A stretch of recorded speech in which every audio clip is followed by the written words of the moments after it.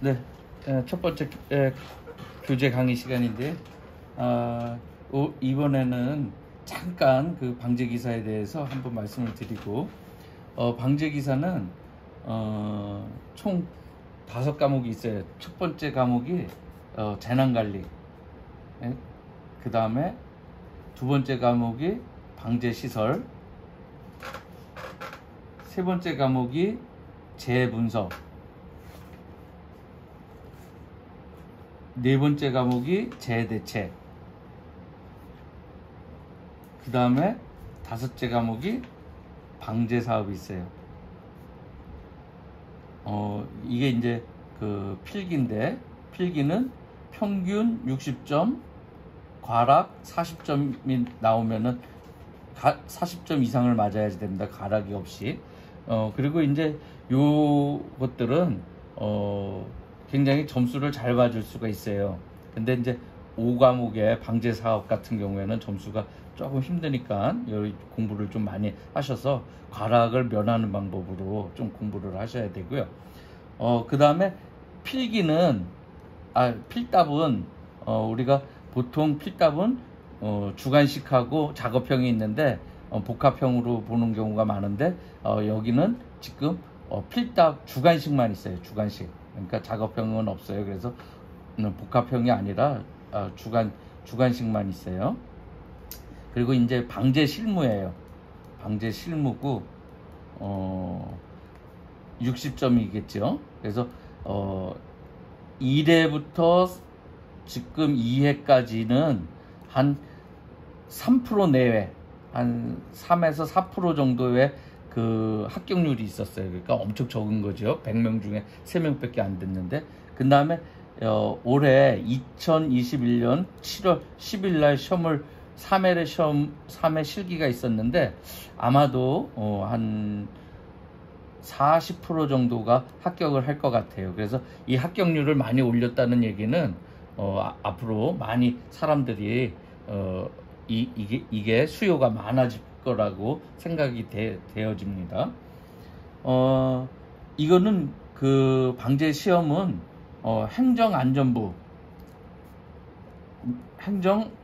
행정안전부하고 좀 관련이 있다고 생각을 하시면 돼요. 지금 방제는. 그래서 우리 그 국토교통부에서는 토목기사라든지 뭐 여러 가지 이런 거가 있지만은, 행정안전부는 유일하게 방제 기사하고 방제 인증 시험이 있어요. 방제 인증 시험. 이게 이제 그 대행자, 대행자를 만드는 쪽에 방제 인증 시험이 합격을 해야 돼요. 그러면은 이렇게 돼 있고, 이런 것들의 가장 기본이 되는 법령을 따져보면은, 법령은 첫 번째가 그 재난 및 안전관리 기본법이에요. 재난 및 안전관리 기본법. 이 재난 및 안전관리 기본법이 전체적으로 한 5% 정도 차지한다고 보시면 돼요. 그러니까 여러분께서 이 재난 및 안전관리 기본법을 법, 시행령, 시행규칙을 좀 다운을 받아서 정리를 좀 하셔야 돼요. 그래서 여기서 중요한 거는 뭐 중앙대책, 중앙재난 본부 뭐 이렇게 중대본 뭐 여러 가지 이 기구들이 있단 말이에요. 그래서 그런 쪽에서 누가 위원장이 되고 어떤 것들을 하는지, 이런 것들을 보게 되는데, 가장 우리 그냥 기본적으로 얘기를 하면은, 가장 그 재난에 대해서 최고의 해야지 되는 사람은 그 국무총리라고 생각을 하시면 돼요. 그리고 국무총리 밑에 행정안전부 장관이라고 생각을 하시면 돼요. 그래서 아주 국가적으로 큰 재난, 우리 지금 코로나 같은 이런 재난에는 국무총리인 우리 정세균 국무총리께서 여러 가지 이런 것들을 대응을 하고 그 위원장으로서 여러 가지 조치를 했잖아요. 그래서 여러 가지 복합적으로 일어났다든지 대형 재난은 국무총리, 그 외에는 행정안전부 장관, 그 다음에 원자력 사고에 대해서는 이제 원자력 쪽에 그 분이 돼야지 되고, 그 다음에 외교부의 사고일 경우에는 외교부 장관, 요 정도만 알아두시고 그 틀을 잡아가시면 돼요. 그 다음에 이제 이 자연재해 대책법이 있어요. 그래서 이 대책법이 있는데 이것이 한 55%에서 한 60% 그 정도를 차지한다고 보시면 돼요. 그래서 이 자연재해 대책법이 우리가 진짜 방제 업무 쪽을 하시는 분들이 꼭 필요한 법이기 때문에 실무라든지 그 2차 대비를 해서라도 꼭 잘 정리를 해둘 필요가 있어요. 그리고 요런 쪽으로 좀 공부를 많이 해두시면은 좋은 점수를 받을 수가 있어요. 그래서 자연재해 대책법에서 우리 그 방제 기사라든지 방제 인증을 받은 사람들이 무슨 일을 할 수가 있냐면, 첫 번째가 재해 역량평가예요. 역량평가. 이게 이제 그 방제 분야 쪽에서는 가장 많은 일이 나오는 거예요. 그래서 모든 사업을 할 적에는 재해 역량을 검토를 해야지 되는 거예요. 그래서 이 행정 처리를 할 적에, 그러니까 우리 군에서 도시 계획을 잡는다든지 이런 행정 처리를 할 적에 재해 역량성 검토를 해요. 이거는 행정 처리를 하는 모든 거에 대해서 다 검토를 받아야지 돼요. 그래서 이거 중요해요. 그래서 30일에 이 회신을 해줘야지 돼요. 그 다음에 소규모 재역량성 평가가 있어요. 재역량성 평가가 있는데, 소규모 재역량성 평가는 이 면적 대비 5천 메다제곱에서 5만 메다제곱인 그 사업을 할 적에 소규모 재역량성 평가를 받아야 돼요. 근데 길이 방향으로 우리 도로 같은 경우에는 이런 그 5만이 안 되지만은 길이 방향으로는 엄청 길단 말이에요. 이렇게 길이 방향으로는 2km 이상, 그 다음에 10km 미만인 그 사업장은 소규모 재역량성 평가를 받아야 돼요. 그 다음에 그랑 재역량성 평가가 있는데, 재역량성 평가는 5만 이상, 여기 5만 이상, 그 다음에 10km 이상이 되겠어요. 그래서 소규모 재역량성 평가는 검토 기간이 30일, 그 다음에 재역량성 검토는 45일이 되겠어요. 그래서 이런 문제들은 아주 1차의 필기 문제에 1차 필기 문제에 아주 많이 나오는 얘기니까는 잘 파악을 해 두셔야 돼요. 그 다음에 이제 자연재해 저감 종합계획이 있어요. 종합계획이 있는데 이거는 여러 가지가 있겠지만 이게 가장 상위 개념이라고 보시면 돼요. 자연재해 저감 종합계획이라는 게 가장 상위 개념이고, 이거는 10년 단위로 수립을 해요. 10년 단위 수립. 그래서 10년 단위 수립을 하는 거는 지금 자연재해 저감 종합계획밖에 없어요. 그래서 이것도 중요한 얘기죠.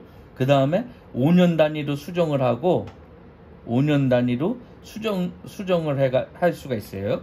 그래서 요거는 이제 더 얘기를 하면은 되는데, 여기서 자연재해라는 건 뭐가 있을까요?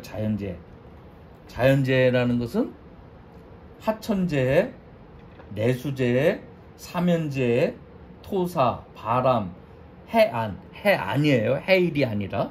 그래서 해안재해, 가뭄재해, 대설재해, 뭐 기타 이렇게 해서 9개 분야가 있어요. 그래서 요 지금 재해 유형 같은 경우에도 어 2차 실기 문제 때 3회 때 실기 문제 때 나왔으니까 아주 기본적인 거잖아요. 그래서 그렇게 아시면 되고, 그 다음에 다음으로 이제 자연재해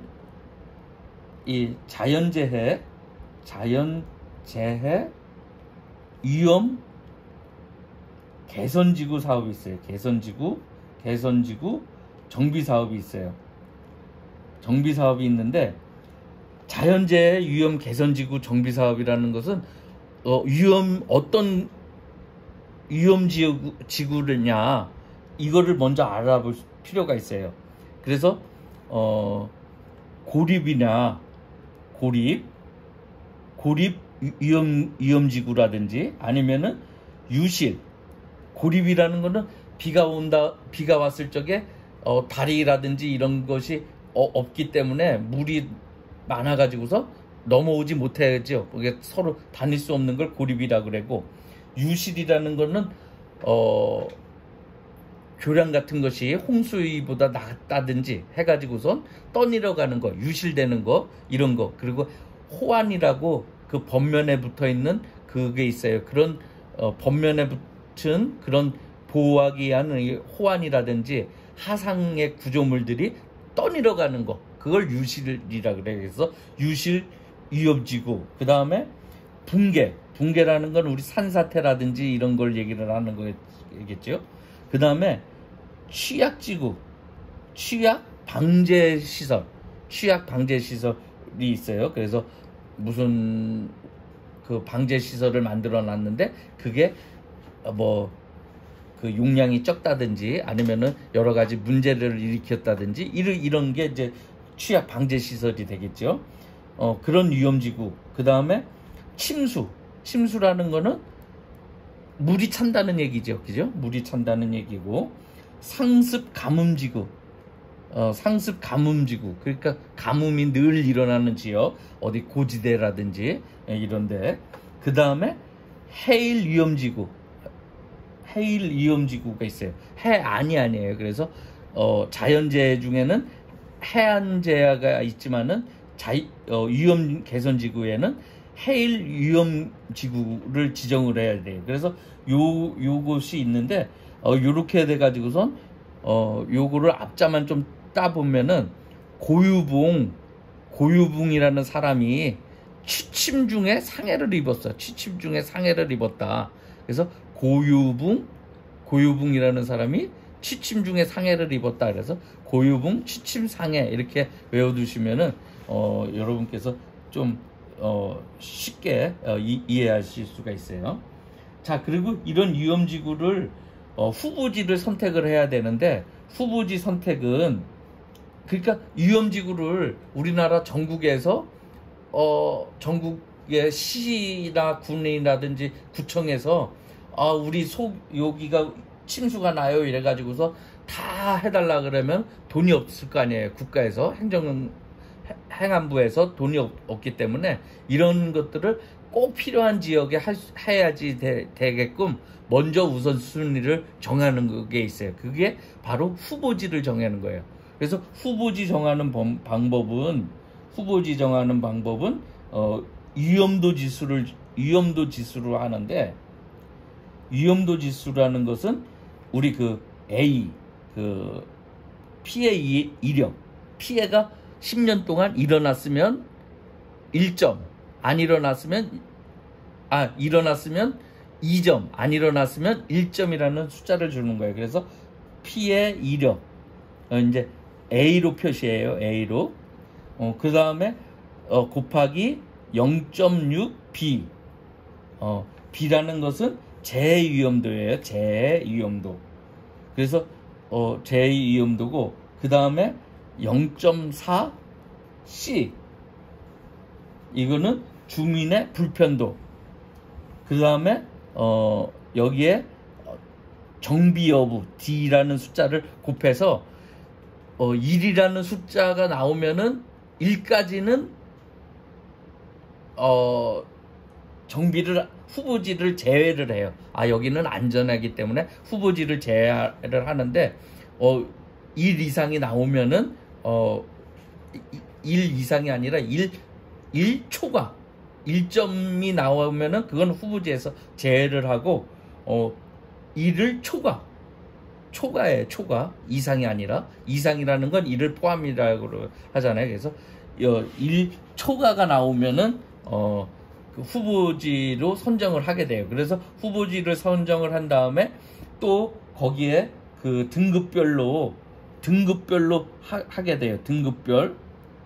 등급별로 이제 점수를 다시 매겨요. 이때도 이 위험도 지수하고 비슷한데 이 D만 없어져요. 왜냐하면 정비를 하는 데는 안 되니까 빠지니까는. 그래서 요 위험도 지수 요 세 가지만 가지고 평가를 해서 이거는 이제 5점, 4점 뭐 이런 식으로 줘요. 그래서 이 점수가 뭐 20점도 넘어가고 막 그래요. 그래서 등급별로 가에서부터 가나 다라 이런 식으로 등급을 놔서 제일 위험도가 높은 지역이 가가 되겠죠. 제일 안전하게 해서 이거 필요 없다 이러면 라 지역이 되겠는 거예요. 이런 식으로 해가지고서 순위를 먼저 매겨서 가부터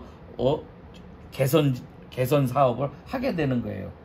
자, 그렇게 해서 이렇게 하고 그 다음에 한 장을 넘겨서 할게요.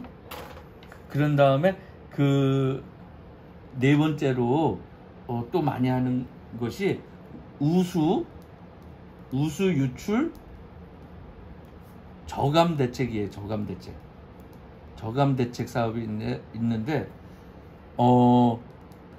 이 우수 유출 저감 대책 사업이라고 그러면은 이게 이제 옛날 같은 경우에는 여기 흙이면은 비가 오면은 이 땅으로 스며들어 가지고선 천천히 물이 흘러내려가지요. 그랬는데 요즘에는 여기를 포장을 하고 시멘트를 해가지고서 불투수층이 되는 거예요. 불투수층. 그러면은 비가 오면은 얘가 이 불투수층이니까 땅 밑으로 흘러가지 않고 바로 하천으로 가게 되죠. 이렇게 우수관로를 통해서. 그래서 이런 것들을 물을 유출하는 거, 하천으로 오게 하는 것을 좀 천천히 한다든지 저류를 시키는 사업들을 하게 돼요. 그게 바로 우수 저류하고 저류가 있고 그 다음에 얘를 침투시키는 방법이 있겠죠. 그래서 이렇게 포장이 많이 돼 있으면 여기 어디다가 어떤 이 침투통이라든지 이런 빈 공간을 넣어서 이렇게 침투하는 거를 해요. 그래서 저류는 뭐 공원에다가 저류할 수 있고 운동장에다 저류할 수 있고 주차장에다가 저류를 할 수 있고 여러 군데다가 또 전용 건물에다가 저류를 할 수가 있어요. 그 공원에다가 저류를 하면은 한 얼마 정도까지 저류를 할 수 있을까요? 김다은 학생 뭐 얘기해 볼래요? 공원에다가 물을 담아 놓으려면 얼마까지 될까요? 얼마까지 담을 수 있을까요? 30. 예, 30cm 맞아요. 30cm나 20cm. 왜냐하면은 물을 너무 많이 저류를 하게 되면 거기에 빠질 수가 있죠. 그러니까는 20cm나 30cm. 운동장도 마찬가지로 20이나 30cm가 되겠죠. 아이들 운동장은 20cm. 그 다음에 주차장은 몇 cm일까요? 10cm. 네, 맞아요. 왜냐하면 주차장에다가 물을 저류를 놓는 건 브레이크가 10cm에 닿으면 안 되니까. 그래서 이런 것도 1차 문제에 나오는 문제예요. 전용 건물은 큰 건물을 져서 거기다가 비를 가둬 놓는 거예요. 비를 가둬 놓는데 그게 아주 효율적으로 가둘 수 있는 그게 경제적인 거는 몇 메타 정도 될까요? 한 2m 정도를 하는 게 좋아요.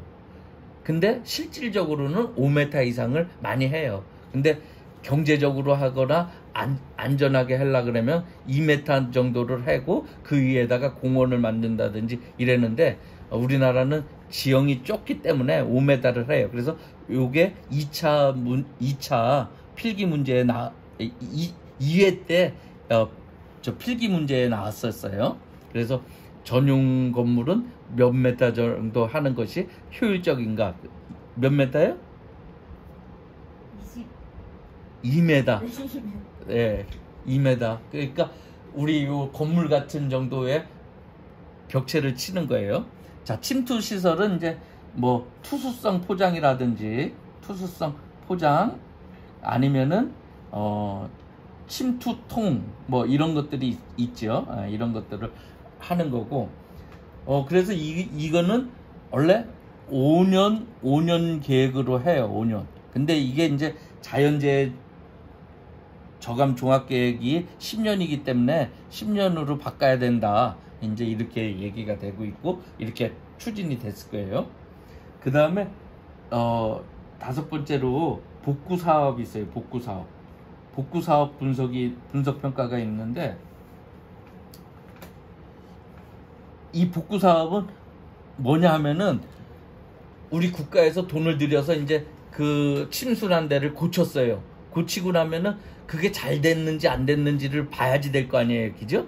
그러면은 이 복구 사업을 그 평가를 하게 되는데 어떤 대상을 하냐 하면은 사업비가 300억 이상인 공공시설 복구비, 그 다음에 천동, 그러니까 천동 이상 침수된 그 이전 사업, 이거는 분석 평가를 해야 돼요.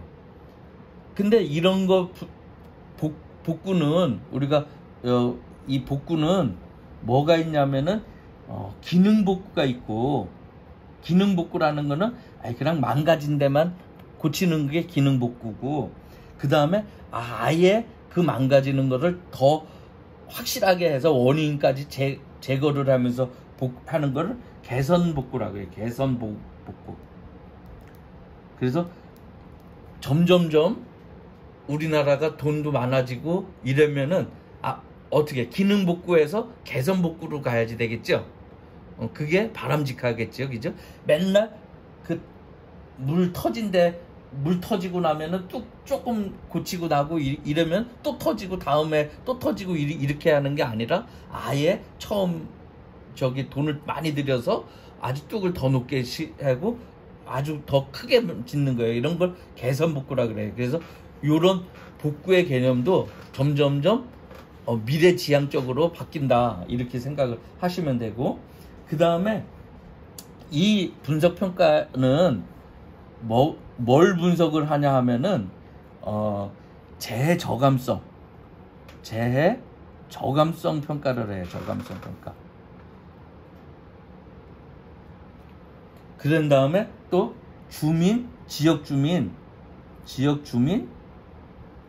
쾌적성 평가를 해요. 쾌적성. 그 다음에 지역 경제 발전성 평가를 해요. 지역 경제 발전성. 이걸 복구를 함으로써 재해 저감을 하고 어떤 저감이 됐냐, 주민들이 어떤 쾌적을 누리느냐, 경제 발전이 지역 경제가 어떻게 발전하느냐, 이래서 이 세 가지를 평가를 하게 돼요. 이게 3회 때 실기 문제 때 나왔어요. 그래서 1차 공부 따로 2차 공부 따로 하지 마시고 1차 2차 같이 공부를 하셔야 돼요. 그래서 지금 이런 것들은 1차에도 나오고 2차에도 늘 나오는 문제니까 기억을 해둘 필요가 있겠죠. 그리고 이것들은 이게 하는 시기는 복구가 끝난 다음에 12월 달까지 해가지고선 12월 전에 해서 이게 복구 평가를 하면은 30일 내로 해가지고 30일 내로 시도지사를 격려해서 행정안전부 장관에게 제출하게끔 돼 있어요. 자, 그렇게 하고, 그 다음에 6번째 비상대책 계획이 있어요. 비상대책 계획은 이제 댐이 붕괴됐 EAP라고 하는데, 댐이 붕괴됐을 때 이렇게 어떤 비상대책하는 거를 계획하는 거가 있어요. 그런 계획을 만들고 조직을 갖추고 뭐 여러 가지 하는 것들을 또 우리 하는 사람들이 실무에서 해서 용역을 받을 수가 있어요. 자, 그 다음에 이게 이제 이렇게 뭐 내수 피해가 입었다고 그 내수 피해 입은 데만 하는 게 아니라 전반적으로 이런 전체적인 생활권을 정비하는 사업이 있어요. 그게 풍수해 생활권 종합 정비 사업이 있어요. 이게 이제 우리가 이 어떤 뭐 분석하고 이럴 적에 그 지역을 어떤 지역으로 한다 그랬어요. 전 지역, 그 다음에 수계 지역, 그 다음에 위험 지역으로 이렇게 한다고 그랬는데 이 풍수의 생활권은 전 지역에 대해서 한꺼번에 정비 사업을 하는 거예요. 그래서 미래 지향적인 정비 사업이 되겠죠. 자, 이렇게 해서 아주 기본적인 그 재난 및 안전관리 기본법하고 자연재해 대책법 요거에 대해서 아주 핵심적인 얘기만 먼저 이렇게 지금 얘기를 했어요. 그리고 이제 이제 교재는 방제기사 한 권으로 끝내기 이 시대고시 기획에서 나온 건데 2000년도하고 2021년도하고 내용이 똑같아요. 그래서 요 교재로 해서 강의를 시작하도록 하겠습니다. 일단 여기서 잠깐 멈췄다가 다시 교재부터 시작을 하도록 하겠습니다. 1과목 재관리부터 시작하도록 할게요.